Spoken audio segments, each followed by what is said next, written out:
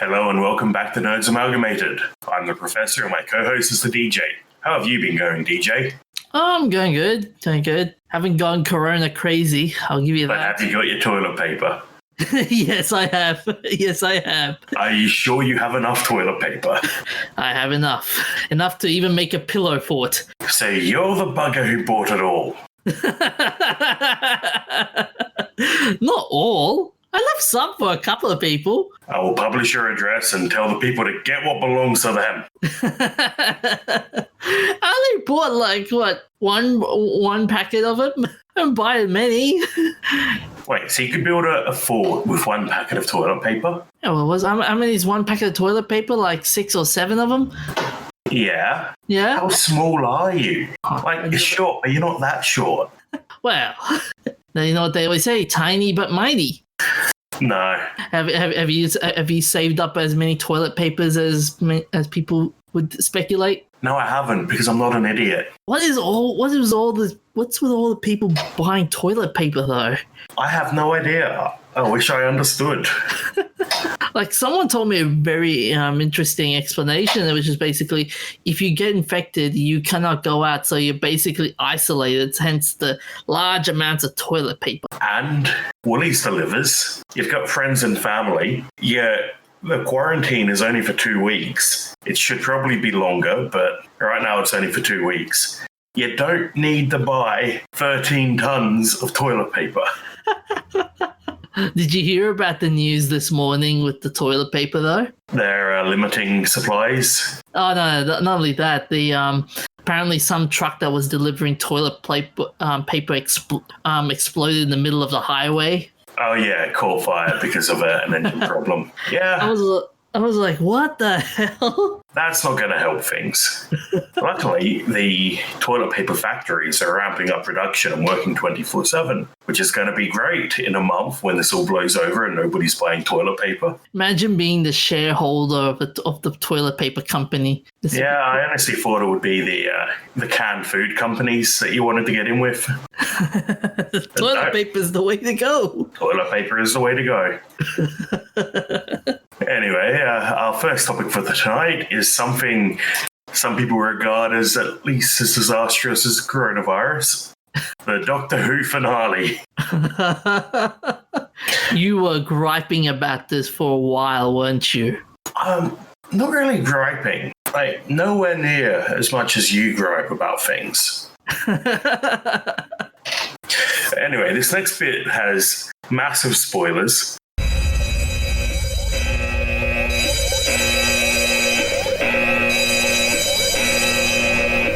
Skip the 25 minutes to avoid the spoilers. So, in the last episode, the Doctor spent 45 minutes standing still while the Master told them how they are the Timeless Child, a alien creature found on alone on a planet who is responsible for all Time Lords being able to regenerate, which ties in with the Cartmel master plan. So Chibnall is apparently going full caramel marzipan. What is that? It's a pun on Cartmel master plan. So back in the 80s, before Doctor Who was cancelled, this guy writing for the show, Andrew Cartmel, he decided that the Doctor had to be important and mysterious and not just a guy who got fed up and ran away from home. So he came up with this plan that stuff like the Doctor is one of the 3 founders of Time Lord Society, but he can't remember it. He's known as the other, which is basically what they've just revealed, with the Doctor being the Timeless Child, one of the first regenerator, and one of the founders of Time Lord Society. See, when they revealed that whole thing, to me it just felt like, great, they found an excuse to make more and more Doctor Who episodes. Get out of here with your glum mood. We want more Doctor Who. I'm serious, man. That's what's happening. That's what's happening, man. It's not glum. I'm just being pragmatic about it. Well, they could already do that because the Doctor's been given an unknown number of regenerations. Wasn't it earlier on like 13 regenerations for the Doctor? Yeah, that wasn't established until the episode The Deadly Assassin. Mm-hmm. And we already know that they lift that limit whenever they want, basically. And they can revive dead Time Lords if they want to, because they brought the Master back to life like half a dozen times. But anyway, the writers from Cartmill's group contributed to the Virgin New Adventures books, which then go into extreme detail on the history of Time Lord Society and basically build off the details of the Cartmill Master Plan, including that Time Lords aren't born, they're grown out of these things called looms, sort of cloning devices, and that Time Lord memories are recycled and like their souls are sort of recycled, put into new bodies. Huh. Yeah, so now technically looms are canon, and this is driving people nuts because it's been a meme for years that looms are canon, but now it's true. Oh man, I would say there's that episode when I saw it. When I saw the synopsis, I just went, "What? No way! What?" My question for that episode was, okay, if the Doctor is the timeless child, why call it the timeless children? I don't know.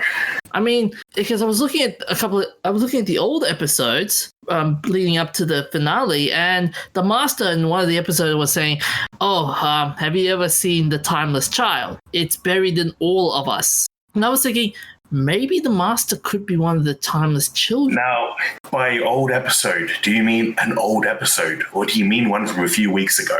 Yeah, one from a few weeks ago, yeah. That's not really old, is it? It is old. So, yeah, actually, that ties into a discussion that's been had several times on the Gallifrey subreddit, where the Master being the timeless child makes more sense, because then he's been tortured and experimented on for years. Even if he doesn't remember it, that's going to leave a mark. And that's why he's so nuts. But no, the Doctor's just like, oh, gee, it's I've got unlimited regenerations. I literally cannot die. I have no idea who I am, but now I know. And forget it. It doesn't change anything. Oh, man. And the division that the Doctor worked for. Why the division? Why not a Celestial Intervention Agency? The prior established element with that exact purpose. Was it like the division sounds like that old Star Trek intelligence agency, Section 55? Was it Section 13? I think that's the one. Yeah. But the other problem is in that episode, I loved it. I hated how it ended. What, the Doctor being kidnapped by Jadoon? Yeah. But it's a platoon of Jadoon on an asteroid. But still, she basically saved the universe again. And that happens like every second episode. As in, like every time she saves the universe, she gets arrested. No, but the Doctor saves the universe every second episode.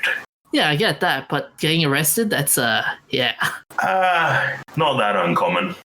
But yeah, I like that. But that's an interesting cliffhanger though to end it on, because with my article, they've announced the Christmas special. Yes, Revolution of the Daleks.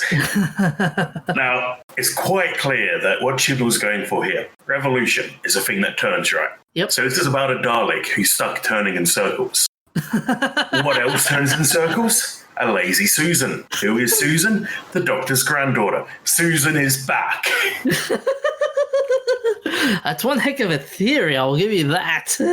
Susan is back. Don't take this from me, Chris. Oh, no. So basically, the BBC says that the episode will air in the upcoming festive season. No date announced. The series has aired its special on New Year's Day. BBC has also confirmed that Whittaker will again be joined by companions Ryan, played by Tosin Cole, Graham, played by Bradley Walsh, and Yas, played by Mandeep Gill in Revolution of the Daleks. Sorry, who was that second one? Yaz, played by Mandeep Gill. The second one. Oh, right. Count. Graham played by... Graham. Yeah. Graham. What is that? Graham? It's Graham. Graham. Graham.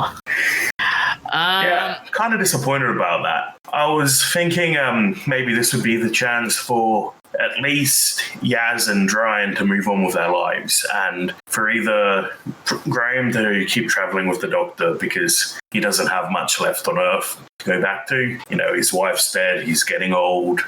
Why not go and travel the universe? Interesting you mentioned that, because a couple of days ago, Bradley Walsh has basically said that he's done after this year's Christmas special. Oh, well, that sucks. And also, he's the one I'd want to keep. Yeah, and Tosin Cole's also leaving as well. Okay, so we might end up with just Yaz, which I actually think she's the weaker of the companions. Whittaker's still around. Whittaker's not a companion. She's the Doctor. Right. She's not going to leave the show named after her. But yeah, so they're leaving. They said 2 years. So a show source said that 2 years is a long time in the world of Doctor Who. Yaz will be back for Christmas, but it will be the last outing for Ryan and Graham. So yeah. Yeah.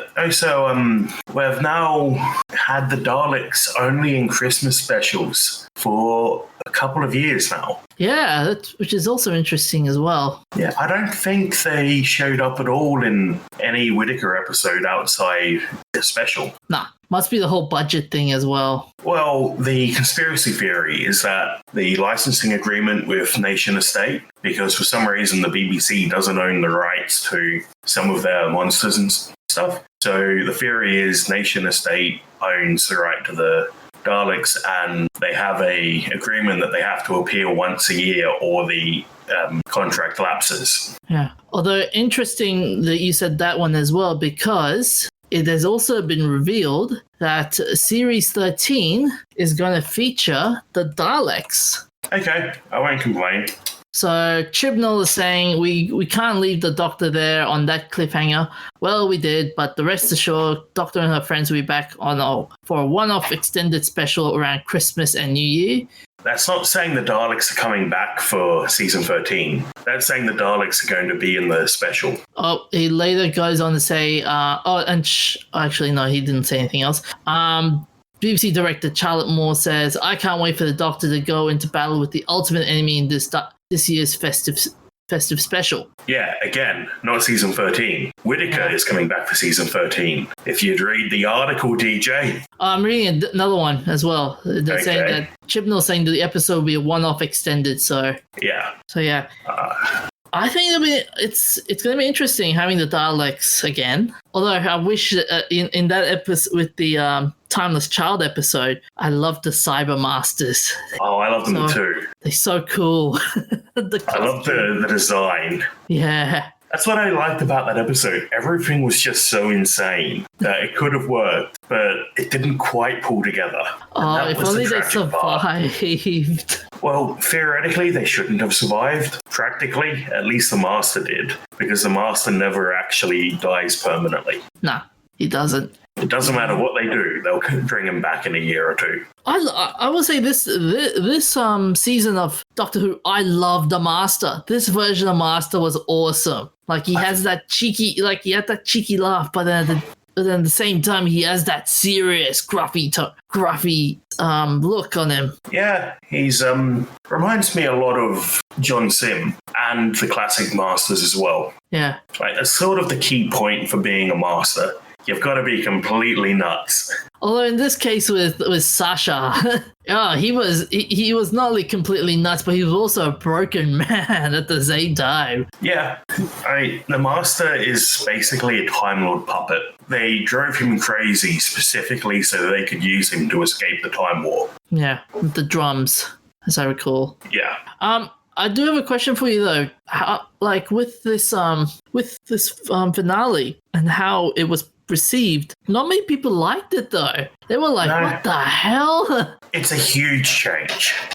Like, making the V&As canon is gonna absolutely piss people off. The V&As were part of the dark time between Doctor Who seasons. Back in the late 80s and the 90s, it's and it's all very controversial because not everyone likes the Cartmel master plan. No. So they basically made the most fan, like the Cartmel master plan is the most fan. So it's just to drive the fans nuts.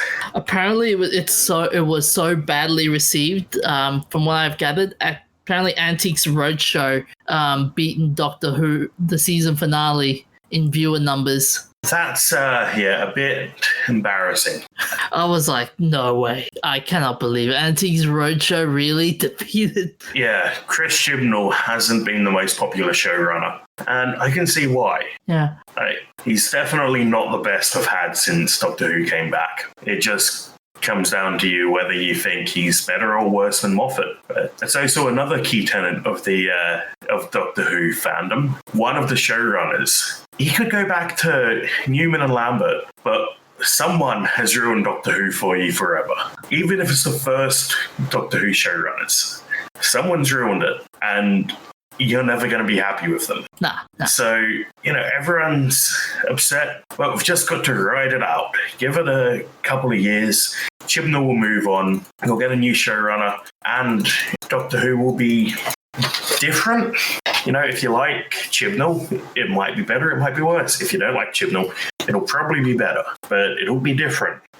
You reckon the special will save the series? No, I don't think it will make a big difference at this point. I think everyone who's pissed off at Chibnall isn't going to watch the special. I reckon a lot of people will watch it because it's on TV on Christmas Day. Yeah. Tradition, but if you're not watching Doctor Who because of Chibnall, you're probably not gonna come back for that. I mean, he's not as destructive as who was the other producer? John Nathan Turner, I think. Yes, Jonathan Nathan Turner, the producer of Doctor Who at the time the show was cancelled. He has a storied history among the fans. From what I've gathered, though, because the BBC, even though with this latest news of viewership, they're saying that it won't get cancelled. Yeah, I don't think they can afford to cancel it at this point because, a few years ago, it was one of their three biggest shows. There was Doctor Who, Top Gear, and something else. I don't remember. One of the soap operas, I think. EastEnders, maybe? Midsummer Murders, yeah. No, Midsummer Murders is a crime show. Get your genres right. Right. But Top Gear's gone. Yeah. The new Top Gear isn't as big as the old one, as far as I know. Doctor Who's on a slump. If they cancel Doctor Who, they don't have anything carrying them. Yeah. It's interesting because BBC drama chief Piers Wenger denied the implication of BBC Studios have any intention of shelving the show. So he basically says, and I quote, "I worked on Doctor Who myself and produced it for many years, and I can honestly say that I don't think it's been in better health editorially," Wenger argued. He further on states, "The production values have never been better. It's also not just funded by the BBC, it's funded by lots of international partners. It's an incredibly important show for young audiences, still watched by families in the world where there are fewer shows that have the power to do that. It will always be an important show for us, and we're very long way from wanting to rest it." Which is good. I don't ever want to go through another dark time.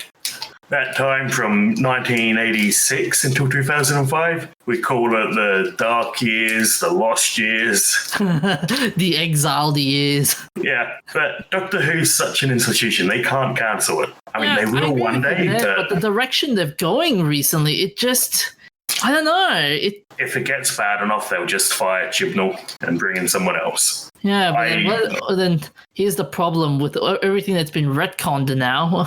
With the new producer, they're going to say, it was all just a dream, guys. So bloody what? It's not like they don't retcon the entire universe every 5 minutes. Moffat did it himself. The crack in the universe wiped out the universe, and it was rebuilt from the memories of someone who had spent their entire life being mind wiped by the crack. So she didn't remember any of the multiple invasions. So now, essentially after the Big Bang, everyone on Earth doesn't remember anything. So it gives them a chance to do stories where people don't know about aliens again. So every few years, they basically dump some retcon on us and just say, deal with it. In this case, they're retconning Gallifrey's history. Yeah, very, very weird way. I still cannot get over it. It happens. It's Doctor Who. That's just how this goes. So you're not going to watch the Christmas special? I will watch it. I will watch it. I love Doctor Who. I'm going to watch it. I just don't love it as much as I used to at the moment. And I'm sure that'll change when there's a new scriptwriter. There are some episodes that I absolutely love from the last couple of years. I just don't think the overall quality level is as high as it has been. Yeah. It's going to be interesting just seeing what the BBC is going to do with Doctor Who. I mean, the Christmas special could save him, but it could also break him. So, give it a few years more. Yeah. I don't think they'll make any decision for another few years. Unless Whittaker goes, that's it, I'm done, I'm out. Then they'll just get a new doctor. Yeah, that's fair. You can't kill Doctor Who. You just get a new doctor. Yeah. And a new showrunner. And if that doesn't save it, you go on hiatus for 20 years. And probably a new villain as well. No, they don't really do that. They just like to recycle the Master and the Daleks. Oh, speaking of recycling old villains and stuff, who I would love to see? I would really love to see the Rani. Yeah. I mean, it would be awesome in this in this version of Doctor Who. I don't know if they'll ever do that, but it would be nice to have some more Time Lord characters. Yeah. I mean, Gallifrey's only been completely wiped out 3 times in the past 10 years, so there's no evidence that Rani is actually alive.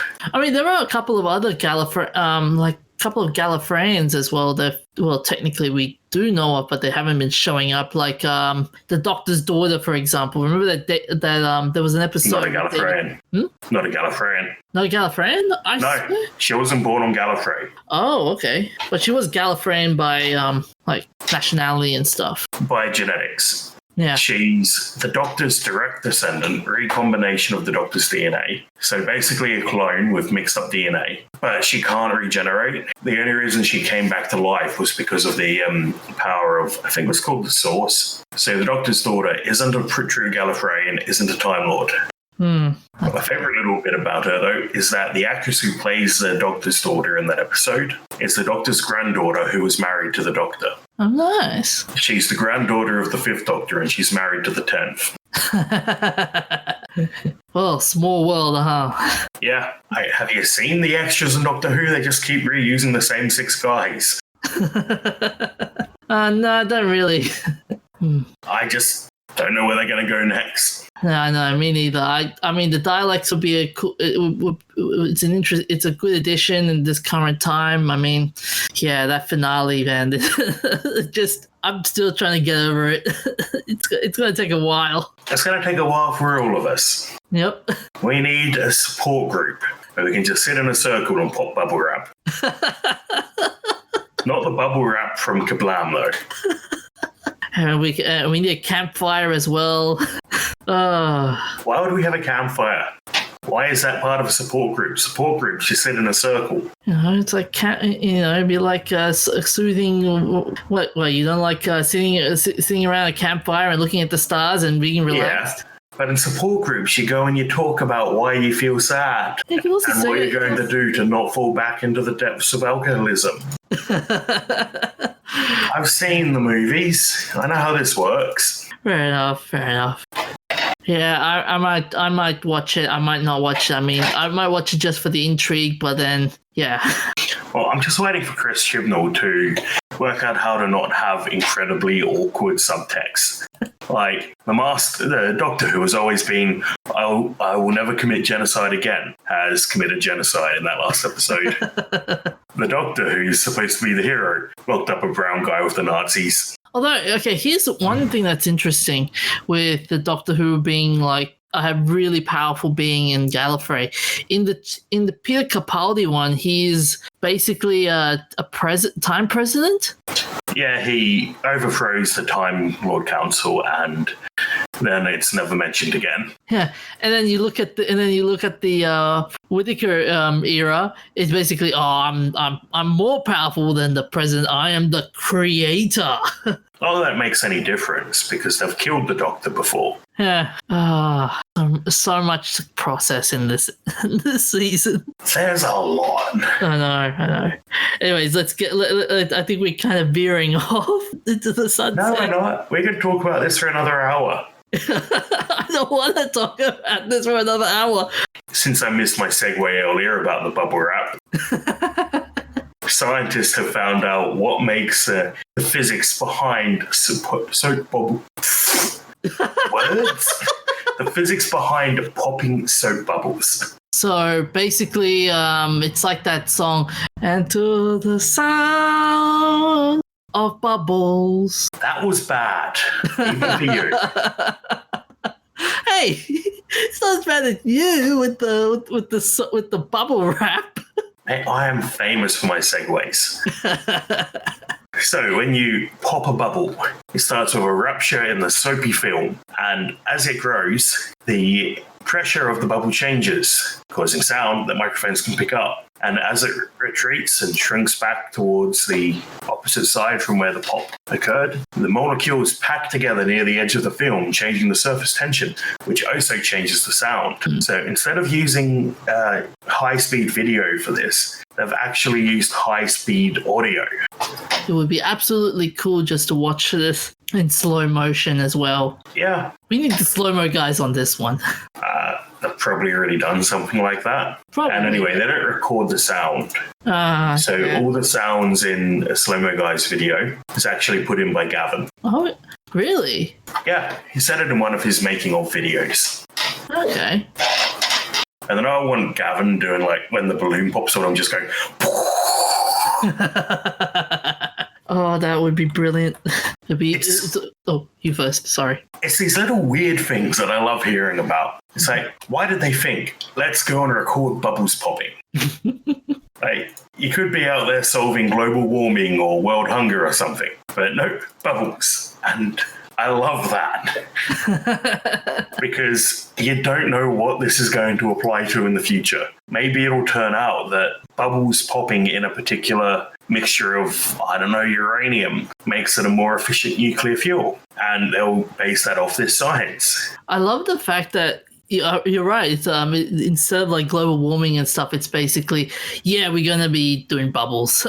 And I like in the last bit of this article, it's saying, this new technique illustrates how acoustics can reveal the changing forces that produce certain sound, including potentially the rumble from within a volcano or buzzing of a bee. Yeah, so actually there's a Tom Scott video from recently, I think, where he goes to a fusion lab and they use they have microphones in the fusion lab hooked up to speakers in the control room so that they can listen to the reaction and hit the big red button if they hear something going wrong, because they reckon that the human ear can pick up enough of a change to be able to tell when things have gone wrong. Yeah, and I think this will also be interesting when it comes to trying to develop new music as well. Imagine finding new inspirations to creating music. That would be interesting. Yeah, I wonder what's the next sound they're going to try and find out now that they popped the bubble on this one. That was an awful pun. We are moving on. Hey, I'm serious on this question though, but yeah, it needs a lot more work. So let's see where they go in the next few years. Yeah. Finally, maybe they could answer this. Maybe they could answer that age-old question: if a tree falls down and there's no sound, who's gonna hear it? All right then. I am your host, the Professor, and the DJ does not exist anymore. Wait, get out! So our next topic is about the PS2. PS2? How am I thinking of that? Well, it is the 20th anniversary this week, and so someone was asking me about PlayStation 2 games today. But anyway, PlayStation now has a game development toolkit called Dreams, which is the latest in an endless stream of game development tools that are designed for people who can't program. So a couple of guys have come out with other games in the past, picked up Dreams and decided to make a clone of No Man's Sky called Beyond. And Beyond is so good that they've actually gotten job offers from it. Huh. Yeah, so that's really cool. That's what's interesting about when it comes to these types of games, or when you create these games, it's like, okay, we know you have the expertise. Now we want you to create a full blown game. Here's the toys. It's kind of like it kind of makes them intimidated at certain points.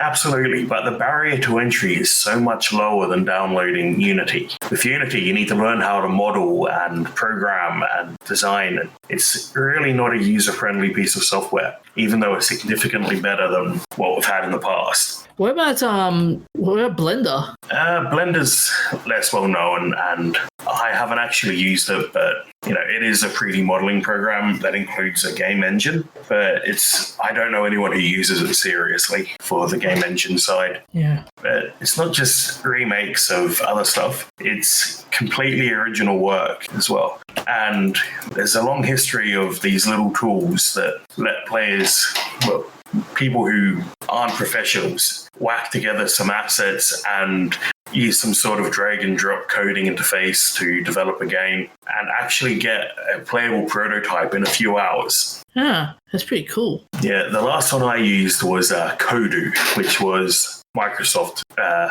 and it wasn't great. The interface was awful. Wait, how do you spell the Kodu? Is it as in like Codoo? No, Kodu, I think.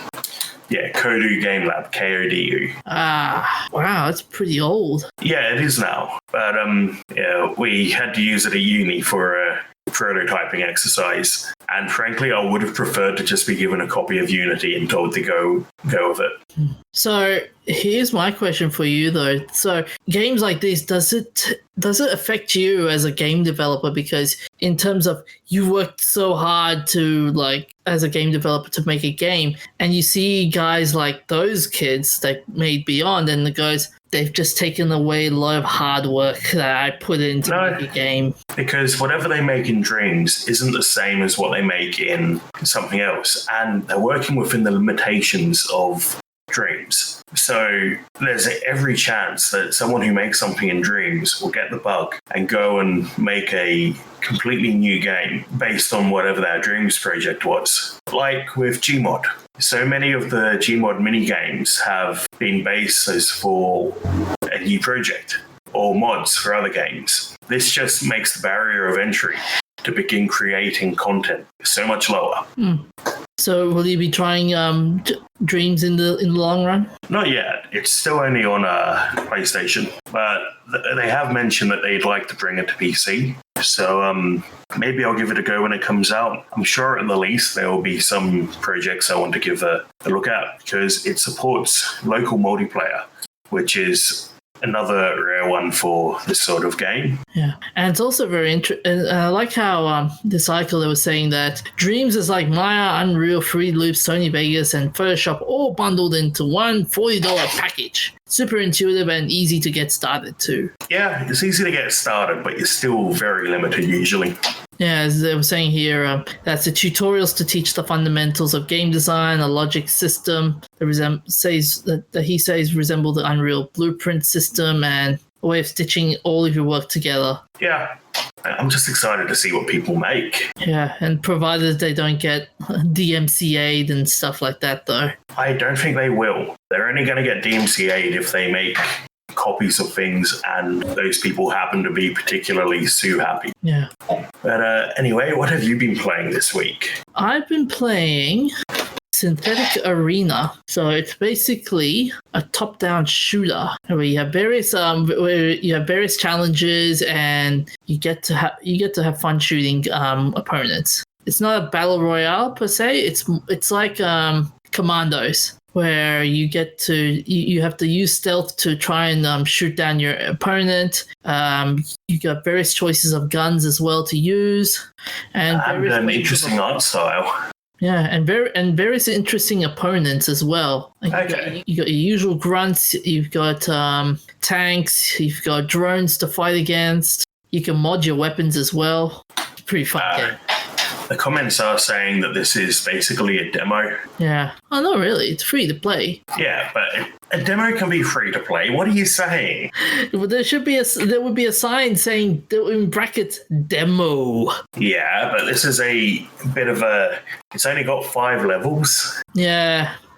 Again, they're advertising it as an expansion, but it's only got 5 levels. Psych. So yeah, it's a standalone expansion to the original synthetic game. So yeah, it's also you can also do 2-player co-op as well. So yeah, I'd love to see a 2-player co-op on this game. So yeah, is that a hint? Are you saying you want to play with me? Not really a hint, but more like I dare any one of our followers to join us and survive the madness, basically. Right. I've been playing the original Halo, which has finally been re-released on PC as part of the Master Chief Collection PC edition. So they're finally getting around to it. Took them long enough. So I've heard that this version of Halo is now unlimited frames per second, and it's now 4K supported. Yeah, and it has some bugs. Like, recoil is a bit wacky if you go above, I think, 60 frames per second, apparently. The audio for Reach was messed up, and they're getting an audio engineer in to fix that. But the audio for this one doesn't seem to have the same issues, and it's cheap. It's a full FPS campaign for $10 on its own. Yeah, and it's still the it's got all the features of Halo Anniversary. The other big complaint is that based on Halo Anniversary, it's got the lighting changes and design changes to the first flood level. There's some videos on YouTube breaking it down, but the first flood level has changes that kill a lot of the tension. Because it used to be you'd go through an area and there'd be like blood splatters and it would be dark and gloomy, but now it's not. Soundtrack's still the same, by the way? Yeah. Nice. It's still got that classic da-da-da-da, da-da-da-da.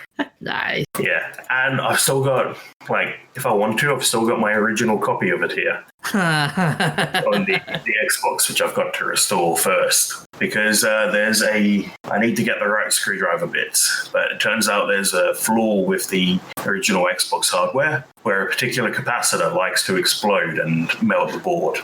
So yeah. So how many nerdy beanies would you give for Halo out of? I want to give it a really good score, but it does have bugs and co-op is a bit of a mess. Because there's something up with the way they do co-op. So it's really laggy for people who join you. Yeah, I heard the co-op has been pretty buggy for a while. Yeah, so I want to give it more points, but I'm just going to have to give it 3.5 because the single player is fully competent. But even with just taking the single player into account, there's enough bugs in it and other issues that I can't give it anything more. For mine, I will give mine 3 out of 5. Okay. Because while it's fun, it does have some issues. For example, the AI can sometimes be too reactive. But the game economy in this game is also can be very tiresome as well in terms of grinding and whatnot. So the other thing about Halo is the weird way they're distributing it. So they're distributing it as each game is DLC for the Master Chief Collection, but they didn't think of making an update through Steam. So it's yet another game that technically has a launcher, which drives me nuts. Because you can download the game, but then you have to use a launcher to finish the installation or the downloading. So, how about vehicle control in the game? Is better or worse? Same as it was. Okay. So, shout-outs for this week. On the 29th of February, and continuing on from that, a number of other conventions have been postponed. So, the first major convention that I heard of being postponed was GDC, announced on the 29th. But since then, other gaming conventions, have been postponed. So stay healthy, guys.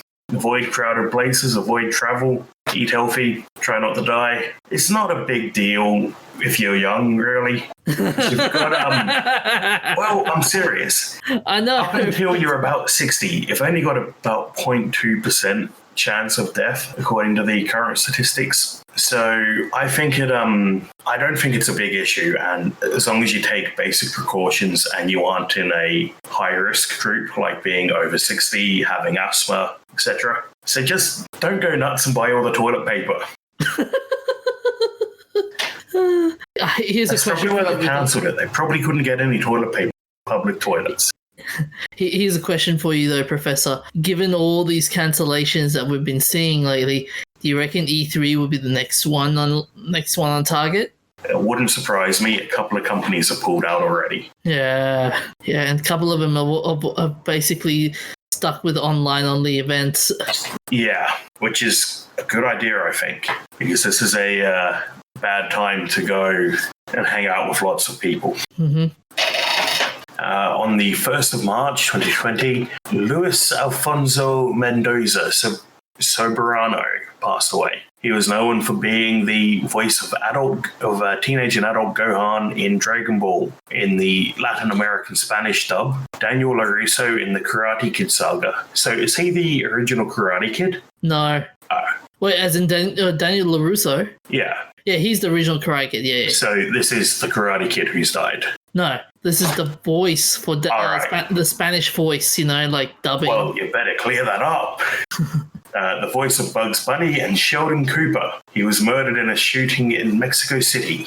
He died at the age of 55. On the 1st of March 2020, Ghibli held their final presentation before the opening of the Ghibli Park. Oh, it will hold. Oh, it will hold, sorry. Yeah. It's they've announced that they will hold a display from the 25th of June to the 16th of September, containing some of the theme park's content before it goes back into storage until the opening of the park. Entry costs $14 for a same-day ticket or $13 for a pre-book ticket in US dollars. So if you have the money to get to Japan, it's quite cheap.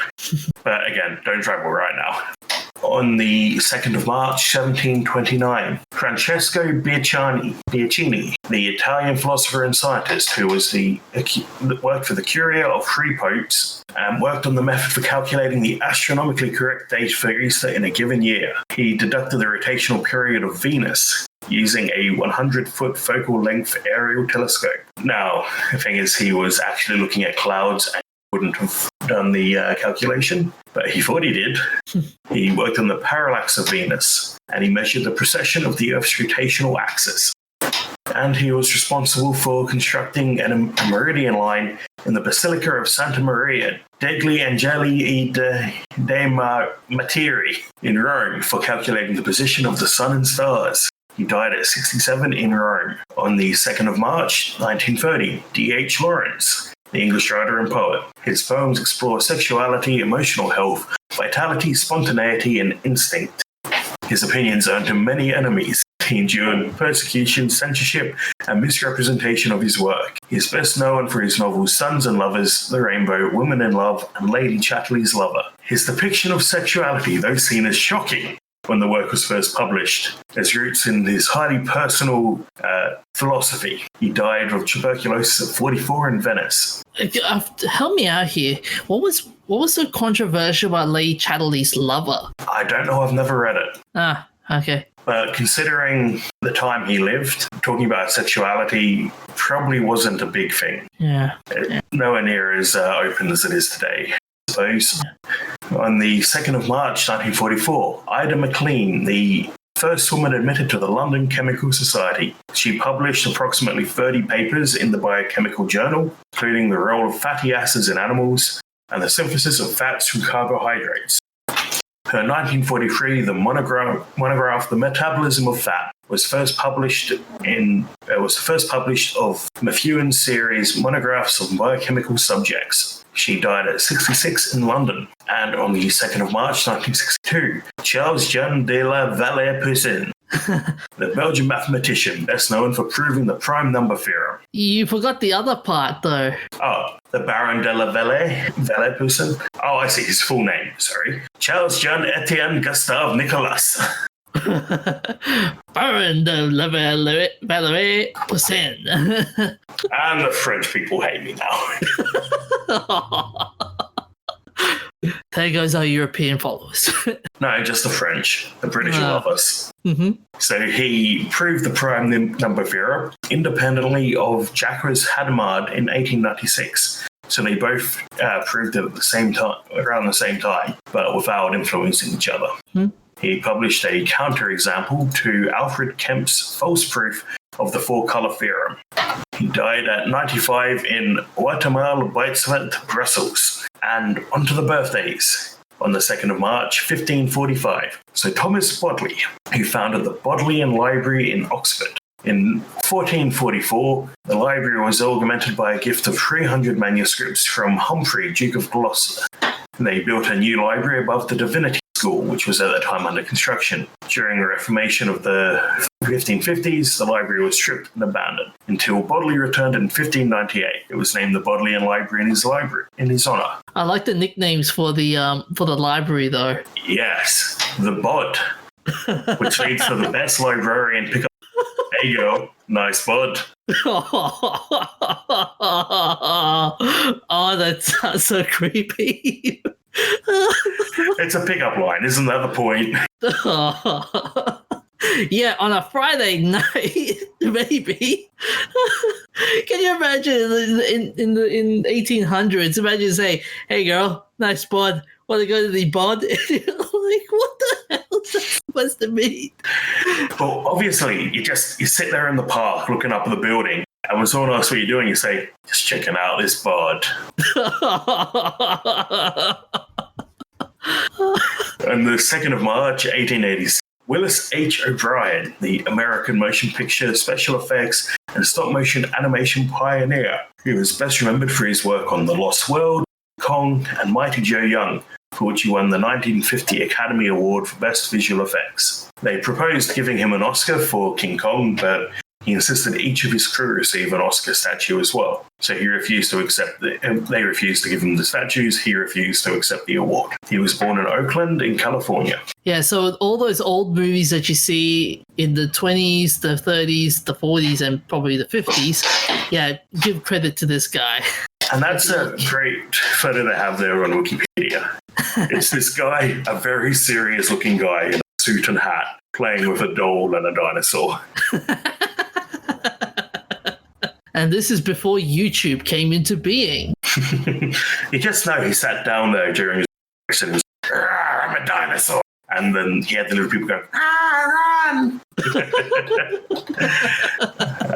So on the 2nd of March, 1902, Edward Condon, the American nuclear physicist, pioneer in quantum mechanics, participated in the development of radar and the Manhattan Project. The Frank Condon Principle and the Slater-Condon Rules are named after. During the McCarthy period, which is when the Americans tried to root out communist sympathizers, Edward was a target of the... Sympathizers! Shut up.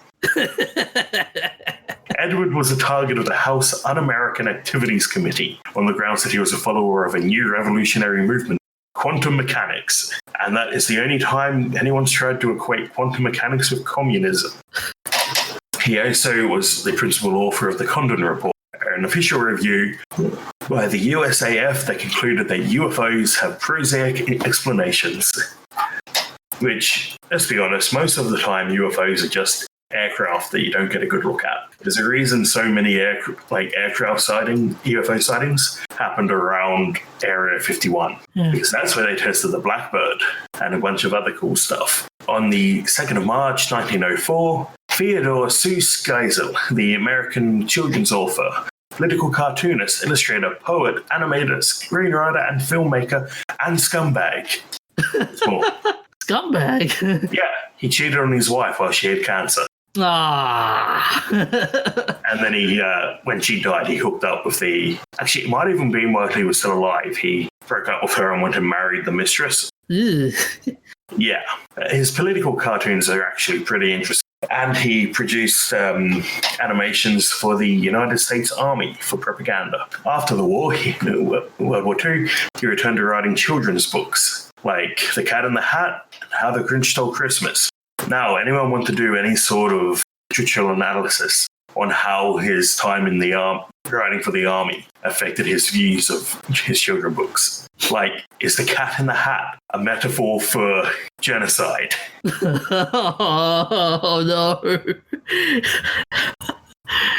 Is green eggs and ham about surviving in the nuclear apocalypse among mutated creatures? I was thinking more green eggs and ham was code word for how to kill Hitler.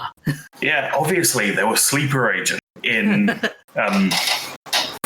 Germany, and when they heard Horton Hears a Who, they knew to go and do whatever that sleeper agent activity is.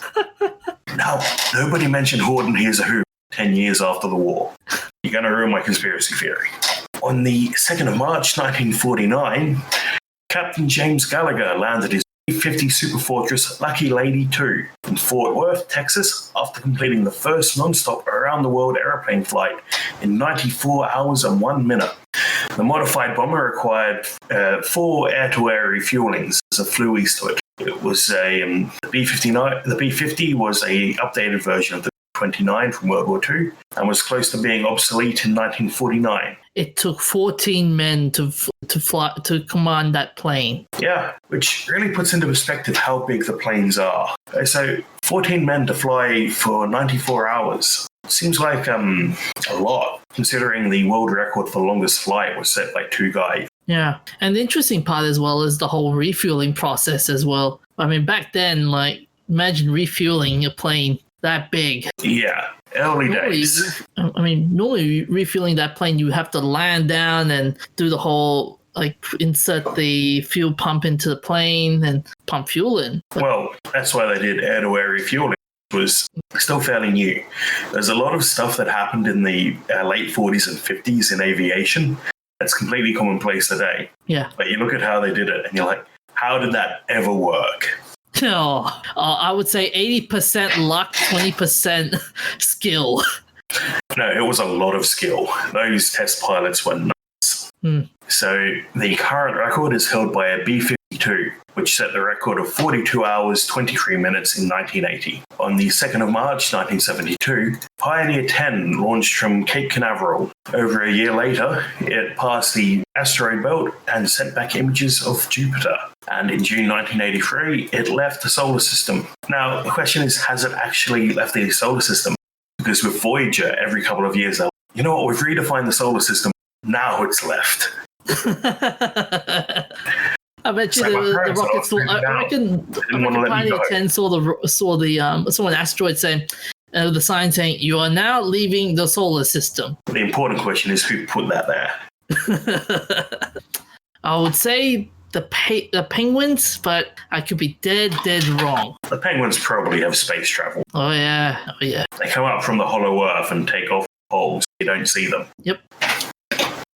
On the 2nd of March, 1978, grave robbers stole Charlie Chaplin's body. They stole his body from a cemetery in the Swiss village of Cozières-sur-Veve, located above Lake Geneva. They sent his widow a ransom of $600,000. The police arrested 2 auto mechanics, one from Poland, one from Bulgaria. They were political refugees from East. Apparently stole the body to solve their financial difficulties, and they reburied his body in a common grave to prevent future theft.